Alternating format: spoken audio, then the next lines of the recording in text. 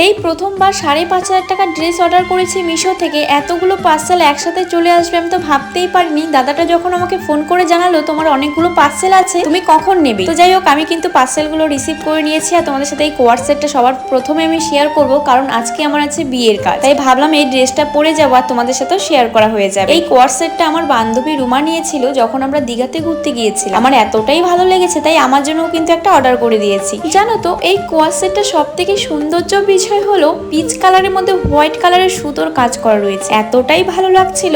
আর এটার প্রাইস নিয়েছে 432 টাকা। আমি এম সাইজ নিয়েছি।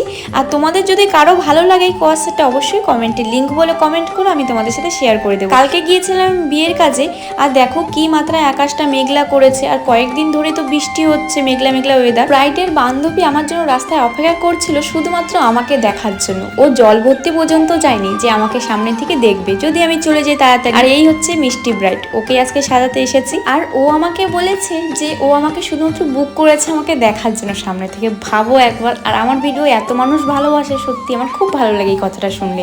আর এই যে ব্রাইড, ওর কিন্তু চুলটা ভালো করে সেট করতে পারিনি একটাই কারণে, কারণ ওর কানে একটু প্রবলেম রয়েছে, ওর কানে ফোঁটা রয়েছে, সেটা অপারেশন হয়েছে। চুলের মানে কানের সাইডে যে চুলটা থাকে সেটা কেটে ফেলেছে, তার জন্য কিন্তু আমি ভালো করে হেয়ার স্টাইল করতে পারিনি। সেটা দেখে হয়তো অনেকে কমেন্ট করতে পারো হেয়ার স্টাইল হয়নি। আর সামনের চুলটা ছোট ছোট ছিল, আর সাইডের চুল তো নেওয়ার মতোই না, এতটাই ছোট ছিল। যাই হোক ওকে খুবই মিষ্টি লাগছিল। তোমাদের কেমন লেগেছে অবশ্যই জানাবে কমেন্ট করে। আর নেক্সট ভিডিওতে দেখা হবে। চলো আজকের মতো টাটা।